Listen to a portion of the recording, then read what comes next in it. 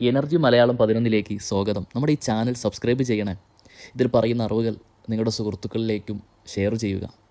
നമ്മളൊക്കെ ക്ഷേത്രങ്ങളിൽ പോകുന്നവരും വഴിപാട് കഴിക്കുന്നവരുമാണല്ലോ. നമ്മൾ വഴിപാട് നടത്തിയാൽ പ്രസാദം കിട്ടും. ഈ പ്രസാദം കിട്ടിയാൽ ചെയ്യാൻ പാടുള്ളതും പാടില്ലാത്തതുമായ ചില കാര്യങ്ങൾ, ചില ശീലങ്ങളുണ്ട്. അത് നമുക്ക് മനസ്സിലാക്കാം. വഴിപാടുകൾ നടത്തുന്നവർ പല തിരക്കുകൾ കാരണം ആ പ്രസാദം വാങ്ങിക്കാതെ പോവുക. പല കാരണങ്ങളുണ്ടാവാം. തിരക്കുകൾ, സമയക്കുറവ് ഒക്കെ ആവാം. അതുപോലെ പ്രസാദം വാങ്ങിച്ചവർ ബാക്കി വരുന്ന പ്രസാദം എന്തു ചെയ്യണമെന്ന് അറിയാത്തവരുമുണ്ട്. ഇതേക്കുറിച്ചൊക്കെ നമുക്കൊന്ന് മനസ്സിലാക്കി തരാനാണ് ഗുരുനാഥൻ ഉദ്ദേശിക്കുന്നത്. വഴിപാട് നടത്തിയാൽ, ഏത് വഴിപാട് നടത്തിയാലും പ്രസാദം വാങ്ങിക്കണമെന്നതാണ് ശാസ്ത്രം. ഏത് വഴിപാടായിക്കോട്ടെ, അതിന് പ്രസാദമുണ്ടെങ്കിൽ അത് വാങ്ങണം. അത് വാങ്ങൽ നിർബന്ധവുമാണ്.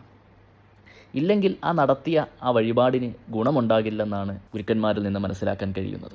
അമ്പലത്തിൽ നിന്ന് വഴിപാട് നടത്തി കിട്ടുന്ന പ്രസാദം അമ്പലത്തിൽ തന്നെ ഉപേക്ഷിക്കുന്ന പലരുമുണ്ട്. ആ ശീലം ആരെങ്കിലും ചെയ്തു പോകുന്നുണ്ടെങ്കിൽ ആ ശീലം മാറ്റുക. ആ കിട്ടുന്ന പ്രസാദം നമ്മളുടെ ഭവനങ്ങളിൽ കൊണ്ടുവന്നാലേ അതിൻ്റെ പരിപൂർണമായ ഗുണാനുഭവങ്ങൾ നമുക്ക് അനുഭവിക്കാൻ സാധ്യമാകൂ. ആ വീട്ടിൽ ഐശ്വര്യം ലഭിക്കൂ. അതുപോലെ തന്നെ നമുക്ക് ഉള്ളിലേക്ക് കഴിക്കാനുള്ളതാണ് നമ്മുടെ പ്രസാദമെങ്കിൽ ആ ബാക്കി വരുന്ന ഇലയും പൂവൊക്കെ വീട്ടിലെ വൃത്തിയുള്ള സ്ഥലത്ത് വയ്ക്കണം. അല്ലാതെ അതിനെ നിന്ദിക്കുന്ന തരത്തിൽ വാരി വലിച്ചെറിയാൻ പാടുള്ളതല്ല. ഒരു കാരണവശാലും നമ്മളുടെ പൂജാമുറിയിലോ വിഗ്രഹത്തിന് മുന്നിലോ ഭക്ഷണം കഴിക്കുന്ന അടുക്കളയിലോ മറ്റും വയ്ക്കരുത്. തുളസിത്തറയിൽ വയ്ക്കാവുന്നതുമാണ്. ഏറ്റവും ഉത്തമം ഒഴുകുന്ന വെള്ളത്തിൽ ഒഴുക്കിക്കളയുകയാണ് നല്ലത്. ഇതുപോലെ തന്നെ ചന്ദനം, കുങ്കുമം, മഞ്ഞൾ പോലത്തെ പ്രസാദങ്ങൾ, ഇതുപോലുള്ളവ ക്ഷേത്രത്തിൽ നിന്ന് വാങ്ങുമ്പോൾ ഭക്തിയോടെ വാങ്ങി തൊടണം. അല്ലാതെ നമ്മളുടെ ചില തിരക്കുകൾ കാരണം ആർക്കോ വേണ്ടി വാങ്ങിക്കരുത്.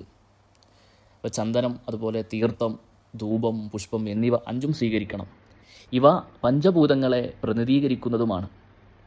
ഇടം കൈയുടെ ചൂണ്ടുവിരൽ വലം കൈയുടെ മുട്ടിൽ ചേർത്ത് വെച്ച് തീർത്ഥം അല്പം പോലും തറയിൽ വീഴ്ത്താതെ 1 or 2 തുള്ളി മാത്രം വാങ്ങി ഭക്തിപൂർവ്വം സേവിക്കണം.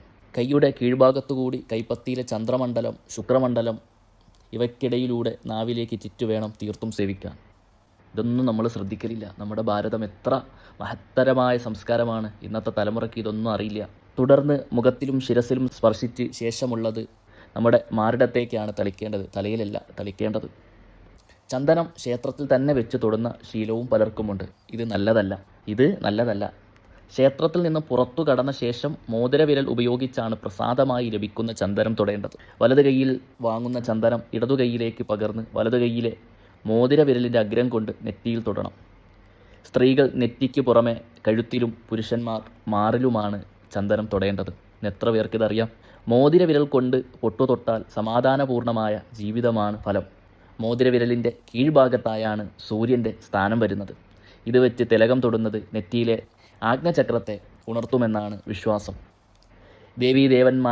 ദേവീദേവതന്മാരെ സാധാരണ മോതിരവിരൽ കൊണ്ടാണ് തിലകം തൊടുവിക്കാറ്. ഇവരെ ഉണർത്തുന്നു എന്നതാണ് ഇതിൻ്റെ വിശ്വാസവും. ക്ഷേത്രത്തിലെ പ്രസാദം ഇത് തൊടാനുള്ളതെങ്കിലും കഴിക്കാനുള്ളതെങ്കിലും ക്ഷേത്രത്തിനുള്ളിൽ വെച്ച് ഉപയോഗിക്കരുതെന്ന് ആണ് ഗുരുനാഥന്മാരിൽ നിന്ന് മനസ്സിലാക്കുന്നത്. ഭഗവാന്റെ ഉച്ഛിഷ്ടമാണ് നമുക്ക് പ്രസാദമായി ലഭിക്കുന്നത് എന്നതാണ് വിശ്വാസം. ഭക്തൻ ഇത് പ്രസാദമെങ്കിലും ക്ഷേത്രത്തിൽ ഭഗവാൻ ഇത് എച്ചിലാണ്. ഇതുപോലെ കഴിക്കാനുള്ള പ്രസാദം വാങ്ങിയാൽ ആവശ്യമില്ലെങ്കിൽ കളയാതെ അത് ആവശ്യക്കാർക്കു നൽകാം. പ്രസാദം സ്വീകരിച്ച് പുറത്തേക്ക് പോകുമ്പോൾ 3 പടിയെങ്കിലും പിന്നോക്കം നടന്ന് വന്ദിച്ചു വേണം പോകാൻ. ഈ ഒരു ചുരുങ്ങിയ മിനിറ്റിൽ എന്തു വലിയ അറിവാണ് നമ്മൾ നിങ്ങൾക്ക് നൽകുന്നത്. ഇത് നിങ്ങൾ മനസ്സിലാക്കുകയും നിങ്ങളുടെ മക്കൾക്കും നിങ്ങളുടെ സുഹൃത്തുക്കൾക്കൊക്കെ പറഞ്ഞു കൊടുക്കുക. നമ്മുടെ ഒരു പഴമയുടെ ഒരു സംസ്കാരത്തിലേക്ക് നമ്മൾ കടന്നു ചെന്ന് നമ്മുടെ ചെറിയ തെറ്റുകളാണ് നമ്മുടെ ജീവിതം താറുമാറാക്കുന്നത്, സമാധാനക്കേടുണ്ടാക്കുന്നത്, അതുപോലെ വഴിവിട്ട ബന്ധങ്ങളുണ്ടാവുന്നത്. ഭഗവാനിലേക്ക് വിശ്വാസപൂർവ്വം നമ്മൾ എത്തിയാൽ ഭഗവാന്റെ കാരുണ്യവും ഭഗവാന്റെ നോട്ടവും ഒക്കെ നമ്മളിലുണ്ടാവും. നമ്മുടെ കുടുംബങ്ങളിൽ പൂർണ്ണമായ അന്തരീക്ഷമുണ്ടാകും.